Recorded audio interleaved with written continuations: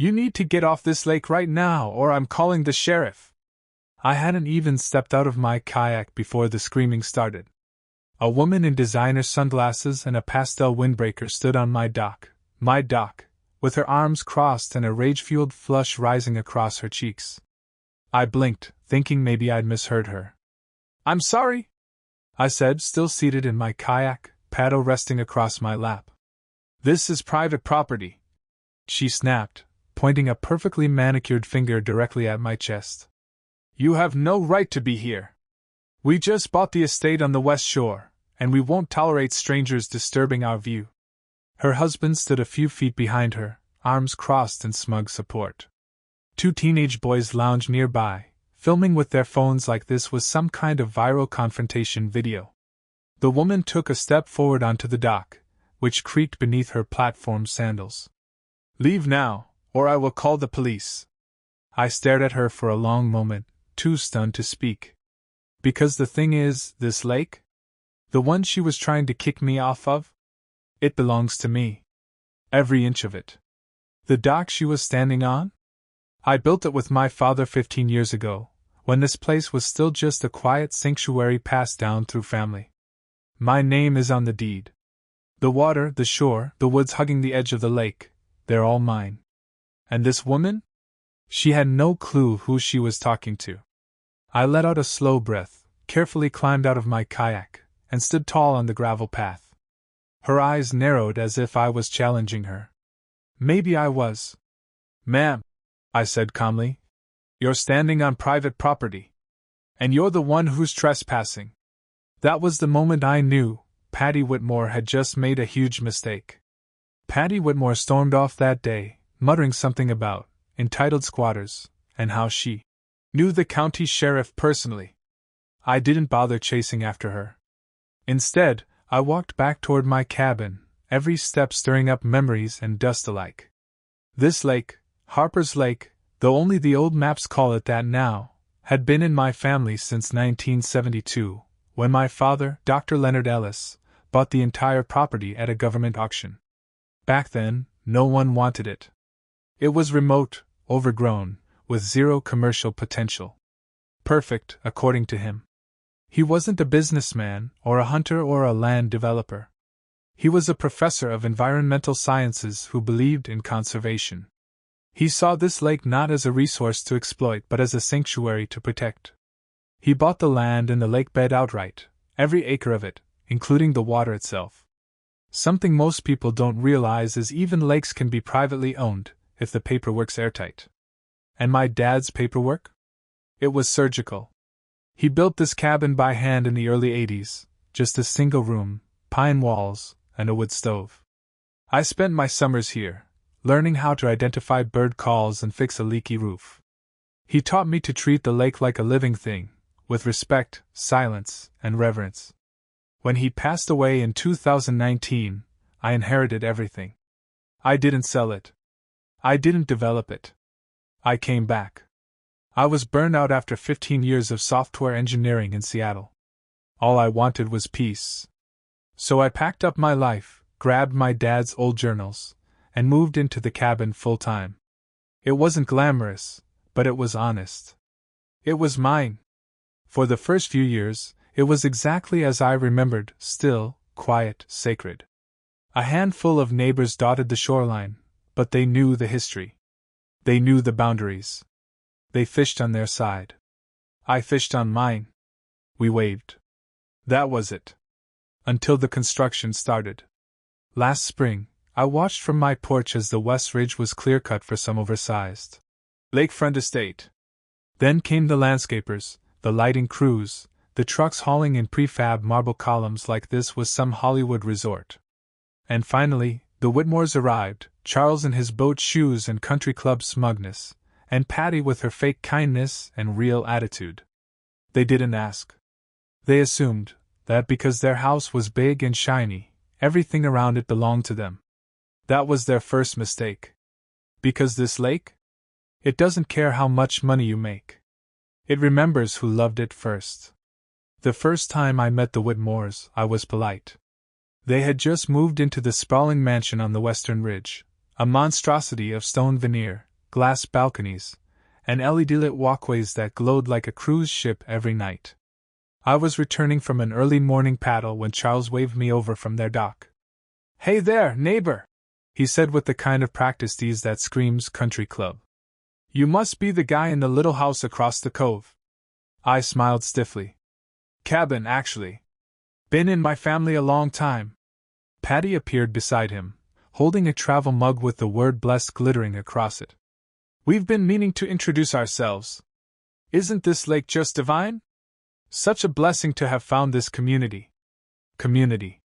She said it like it was a gated development, not a loose patchwork of individually owned lots scattered around a private lake.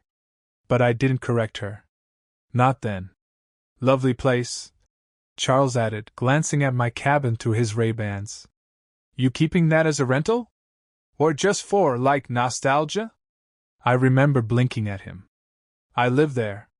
His eyebrows went up slightly, but he recovered fast. "Nice." For the next few weeks, things were tolerable. I'd see them jogging the perimeter trail in color-coordinated outfits or hosting small evening gatherings on their deck. Loud, sure, but I figured they were just settling in. Until the day I spotted their sleek pontoon boat tied up at my dock. I stood at the shoreline, arms crossed. Patty waved like I was her old friend from college. "Oh, we figured it'd be fine," she said, hopping off. "It's so much easier to tie up over here with the wind. You don't mind, do you?" Actually, I did. "That's private," I said. "This dock, this shoreline, it's all on my parcel."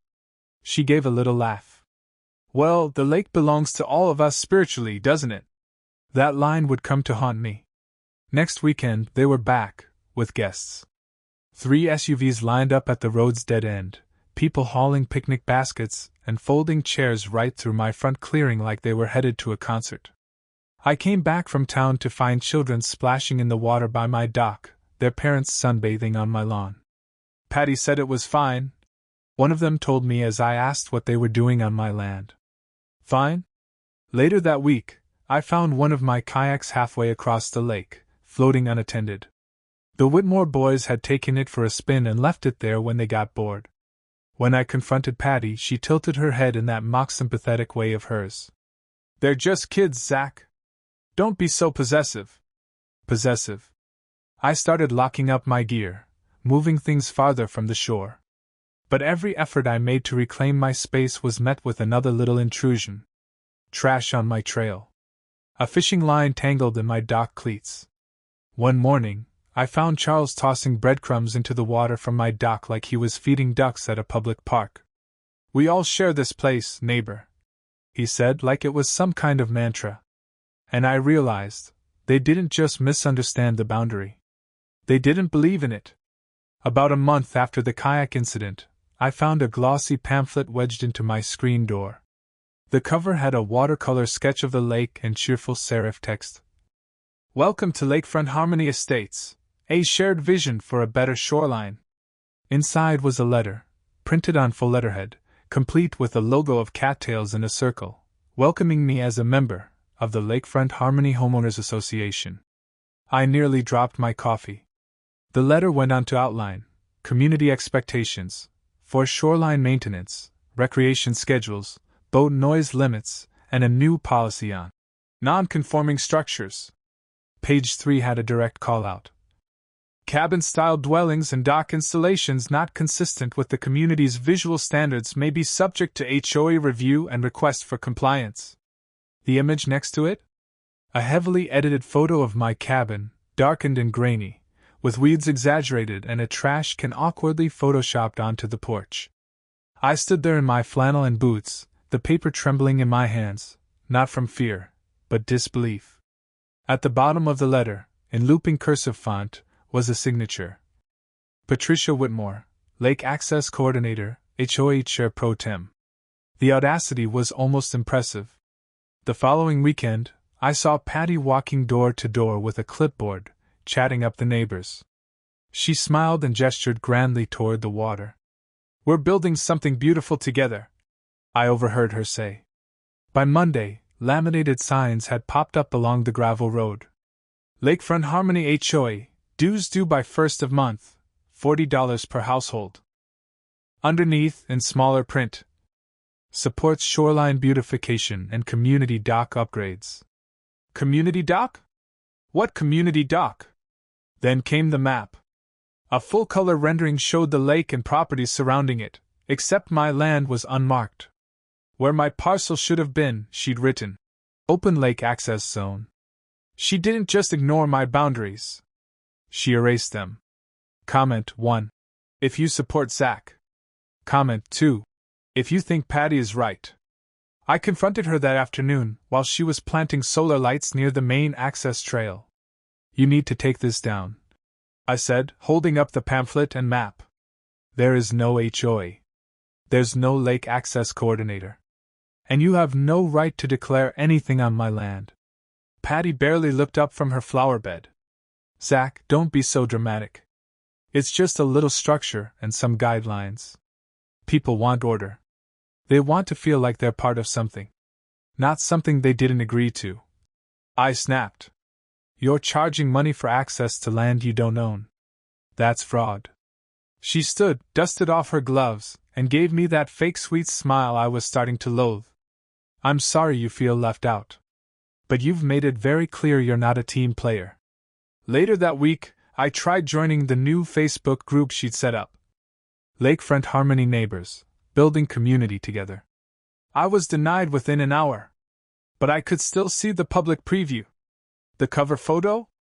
A golden sunrise over the lake, taken from my shoreline, my dock in the foreground. The most recent post featured a zoomed-in photo of my cabin with the caption, Let's talk about visual harmony. Should one unsightly cabin ruin the view for everyone else? The comment thread underneath was worse. Isn't that guy a little unstable? He growled at my dog once. I heard he's not even paying taxes. He's hoarding the best part of the lake. I felt like I'd been digitally exiled from my own home. Even worse, neighbors I'd known for years stopped waving. Some wouldn't make eye contact. A few avoided me entirely. And the ones who did talk? They asked weirdly leading questions like, So what do you own exactly? Is it true your cabin doesn't have an address? Why don't you just join the HOA? It's for the greater good. I wasn't just dealing with a power-hungry neighbor anymore. I was facing a full-blown propaganda campaign. And Patty? She was winning hearts, minds, and access, one smiling lie at a time. July 4th started like any other summer morning, quiet, humid, the lake's surface still like glass. I'd spent the weekend visiting my sister and helping her patch her fence, and I was looking forward to a peaceful evening with a cold beer on the porch. But as I turned down the gravel drive toward my cabin, my stomach dropped. Cars. Everywhere. SUVs, sedans, even a food truck of all things, lined along the edge of my tree line, wheels half on the grass. The sound of bass-heavy pop music thudded through the trees. Laughter, shouting, the unmistakable crackle of fireworks warming up. I parked near the edge of my driveway.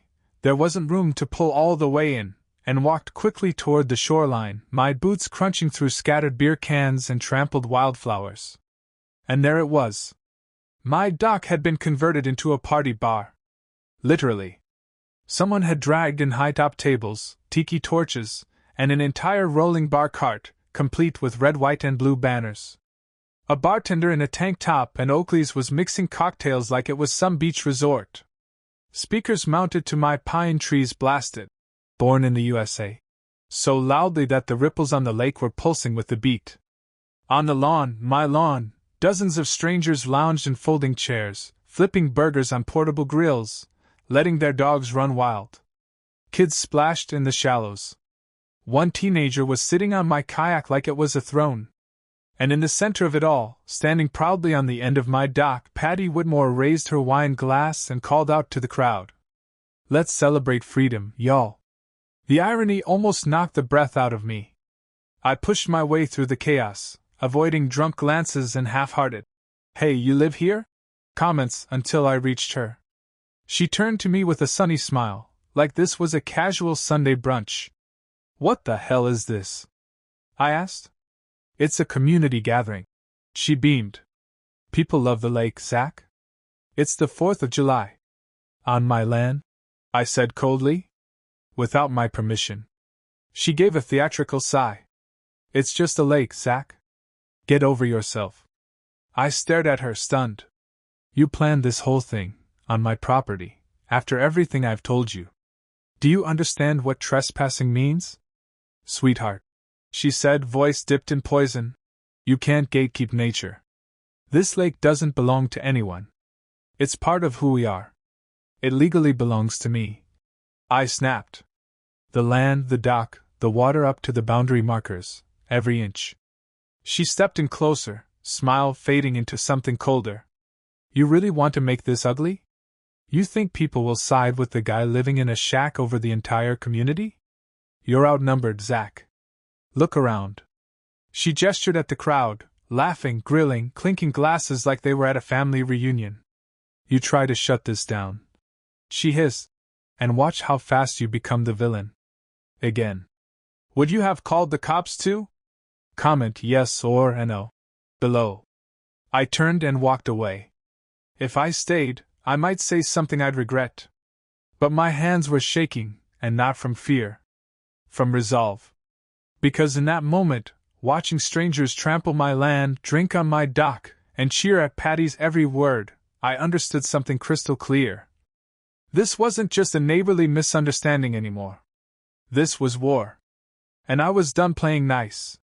That night, after the fireworks faded and the crowd thinned out, leaving behind crushed beer cans, greasy paper plates, and trampled ferns, I sat on my porch and opened my father's old leather file case. Inside were the original deeds, maps, and notarized letters he'd preserved like sacred scripture. I'd seen them before, skimmed them even. But now, I read every line like I was preparing for trial. Because I was. By morning, I'd made 3 calls. The first was to Gerald Marks, my father's longtime attorney. He was in his late 70s now, semi-retired, but when he heard what had happened, he cleared his entire afternoon. The Whitmores did what? He asked, voice crackling through the phone. Zach, bring me everything. Originals, copies, photos, receipts. If they're poking the bear, we're going to show them it has teeth. The second call was to Chloe, my cousin, sharp-tongued, brilliant, and conveniently a licensed land surveyor. She'd grown up swimming in this lake, and she didn't take kindly to the idea of someone paving over our childhood with HOA nonsense. Send me the legal description and any historical surveys you have, she said. I'll overlay the property lines, produce new boundary certs, and stake the hell out of that shoreline. The third call was to Sentinel Risk Solutions, a private security outfit known for its discreet, no-nonsense installations. Within 48 hours, they were walking my perimeter with blueprints and laser measurers. We'll have motion-activated cameras with license plate capture by the weekend. The lead technician told me. And signage. Big ones? You want polite or aggressive? I didn't hesitate. Aggressive. That Friday, I drove 2 hours to the county recorder's office and requested every document tied to parcel 17B through 17G, my land, my lake, and the historic purchase record under my father's name, dated 1972. The clerk squinted at the files, eyebrows rising. Wow. You've got something rare here. How rare? You own the lake bed, she said, tapping the map. Not just the shoreline. The whole body of water. I've only seen that one other time in this county, and it was a corporate reservoir. I brought everything, deeds, tax records, topographical surveys, back to Gerald's office. He laid it all out on a long oak table and went over it piece by piece, occasionally letting out soft, approving grunts. After 2 hours, he leaned back in his chair, folded his hands behind his head, and gave me a slow grin. This is bulletproof, he said. You own this lake like someone owns a house. Every square foot. Every rock, fish, and ripple. And you've got 70 years of clean, uncontested title. Can they challenge it? I asked. He shook his head. Only if they want to lose a lot of money very publicly. That night, I printed 10 copies of a formal notice titled Private Property, Lakefront Parcel 17B, No Public Access Permitted. I laminated each one, punched holes, and mounted them to sturdy metal posts. Chloe arrived early the next morning with boundary flags and survey markers, which we drove into the soil every 50 feet, bright orange lines wrapping around the entire shoreline like a glowing fence. Sentinel arrived by noon, and by sundown, my cabin and shoreline had full surveillance coverage. Cameras watched every dock, path, and point of approach, with recordings uploading directly to a secure cloud server. And through it all, I didn't say a word to Patty. Because I knew something she didn't. Her arrogance had finally given me the one thing I needed, proof of repeated, willful trespass. The trap was set. All I had to do was wait for her to walk into it. The following Saturday arrived like thunder. It was mid-morning when I heard voices, too many voices, echoing down the trail toward my property.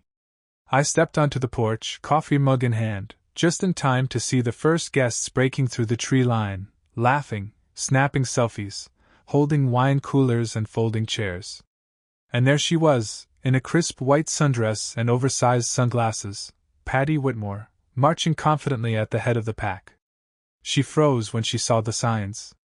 Private property, no trespassing, surveillance in progress. They were everywhere now. On the dock. In the grass. Nailed to the trees. With bright orange survey flags dancing in the summer breeze like warning flares. Patty's smile flickered for just a second, then reassembled itself. "Zach," she called out sweetly. "What is this?" "Legal boundaries," I said calmly, stepping off the porch. "You're not welcome here," she scoffed. "You don't get to tell people where they can enjoy their lake." "It's not their lake," I said. "And it never was yours either." Behind her, someone muttered, "What's his problem?" Then, predictably, Patty pulled out her phone. "I'm calling the sheriff. This is harassment, and I'm done playing nice." She turned and started dialing, striding back toward the shoreline like a queen surveying her land. Charles appeared moments later, in boat shoes and a pastel polo, his arms already crossed. "Let's see you explain this to law enforcement," he said smugly. "Perfect." I waited by the porch as the crowd awkwardly milled around, some sipping drinks, some peeking at the cameras now blinking red from their motion sensors. 40 minutes later, 2 sheriff's deputies arrived in a dusty cruiser. Patty pounced on them before they even shut the doors. "Officers, thank God you're here," she cried, slipping instantly into distressed hostess mode. "He's been threatening our guests, posting aggressive signs, claiming he owns the whole lake. He's scaring people, and he's ruined this weekend for dozens of families." Charles stepped in like backup. "I'm Charles Whitmore, attorney. We've reviewed the county records. There's no public easement, but he's falsely restricting access to shared community space. This is clear harassment." The lead deputy, a grizzled man with mirrored shades and a tired expression, turned to me. "Sir, what's going on here?" I didn't raise my voice. Didn't flinch. Instead, I handed him the portfolio. "This is the original deed from 1972, I said. "It includes lakebed rights. Also, tax records, land surveys, and notarized boundary certifications, all current, all filed with the county.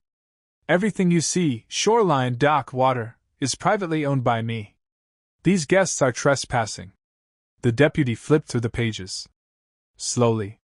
Carefully. Behind him, his younger partner reviewed the signage, then walked over to inspect the metal survey stakes. A long silence followed. Then, the lead deputy looked up and said, "Well, I'll be damned." He turned to his partner. "This is legitimate." Patty's sunglasses slipped down her nose. "Excuse me?" The deputy nodded. "This is private property, ma'am. The land and the lake are fully owned, with clear documentation. You and your guests need to leave immediately." No, Patty stammered. "That can't be right. Lakes can't be owned. That's public water." The deputy pointed at the deed. "Not in this case. This lake was never classified as public access. It's part of a continuous private parcel. It's no different than someone owning a private pond. But we invested in this community. she shrieked. People have used this lake for years. Which means they've been lucky he allowed it, the deputy replied. But not anymore. And any unauthorized structures or modifications, like that bar cart and those torches? That's vandalism. The younger officer stepped forward. We'll be documenting this. You may be liable for cleanup costs and potential fines. Charles opened his mouth, but the words failed him. Patty? She exploded. This isn't fair. He lives in a shack. He doesn't even mow the damn grass. Why does he get to own everything? People around them began to murmur. I saw one guest quietly picking up a cooler. Another backed away from the dock, whispering to a friend. The tide had turned. The deputy cleared his throat. Ma'am, if you don't leave immediately, we'll have to cite you for criminal trespass. I didn't smile. But I watched, with immense satisfaction, as the great self-appointed queen of the lake gathered her things and marched off in silence. The fallout came faster than I expected. By the end of the following week, I received a letter from the county. Patty Whitmore had been fined $9,800 for unauthorized construction on private land. The makeshift bar, tiki torches, and even the mounted Bluetooth speakers were categorized as unauthorized modifications with impact to natural shoreline integrity. I didn't even have to file the complaint. The deputies had done it themselves. The fake HOA? Dissolved overnight. Apparently, once it was clear that Patty had no legal authority, neighbors who had quietly grumbled about dues or restrictions suddenly found their voices. A few banded together, demanded transparency, and discovered the whole operation had been built on nothing. No bylaws. No charter. Just Patty's word and a glittery logo. The Lakefront Harmony HOA Facebook group vanished without a trace by the weekend. No farewell post. No apology. Just gone. By mid-August, a large "for sale" sign appeared in front of the Whitmore's mansion. Rumor had it that Charles's law firm wasn't thrilled about his public embarrassment, or the legal liability. Even more interesting, no one seemed eager to buy a house with property dispute in its history. And the neighbors? One by one, they trickled back. Some knocked on my cabin door, hats literally in hand. Others caught me on the trail, offering sheepish hellos and muttered versions of, "Sorry, we didn't know," or, "She made it sound so different." I didn't hold grudges. Not long once. I just wanted the peace back.